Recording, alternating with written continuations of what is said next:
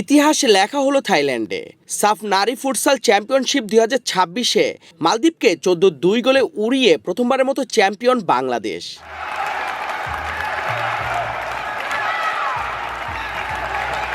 দক্ষিণ এশিয়ার 7টি দেশ নিয়ে রাউন্ড রবিন লিগ পদ্ধতিতে আয়োজিত এই টুর্নামেন্টে 6 ম্যাচে সর্বোচ্চ 16 পয়েন্ট নিয়ে শীর্ষে থেকেই ট্রফি জিতেছে সাবিনারা। শেষ ম্যাচের শুরু থেকে আক্রমণাত্মক ছন্দে খেলতে থাকে বাংলাদেশ। প্রথমার্ধেই 6-1 গোলে এগিয়ে যান দল।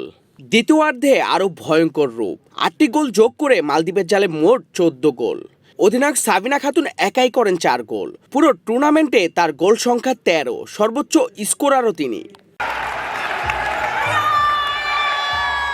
সাবিনার নেতৃত্বে এর আগেও বয়সভিত্তিক ফুটবলে অসংখ্য ট্রফি জিতেছে বাংলাদেশ। এবার ইতিহাস গড়ল ফুটসালেও। টুর্নামেন্টের শুরুতেই অনেকে ভেবেছিল ফুটসালে অভিজ্ঞতা নেই, খালি হাতেই ফিরবে সাবিনারা।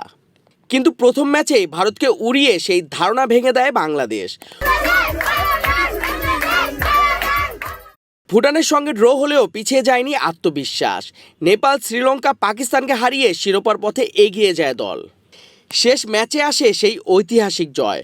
ফুটবল হোক বা ফুটসাল, সাবিনা, কৃষ্ণা, মাসুরারা প্রমাণ করে দিল বাংলাদেশের মেয়েরা কখনো ফুরিয়ে যায় না।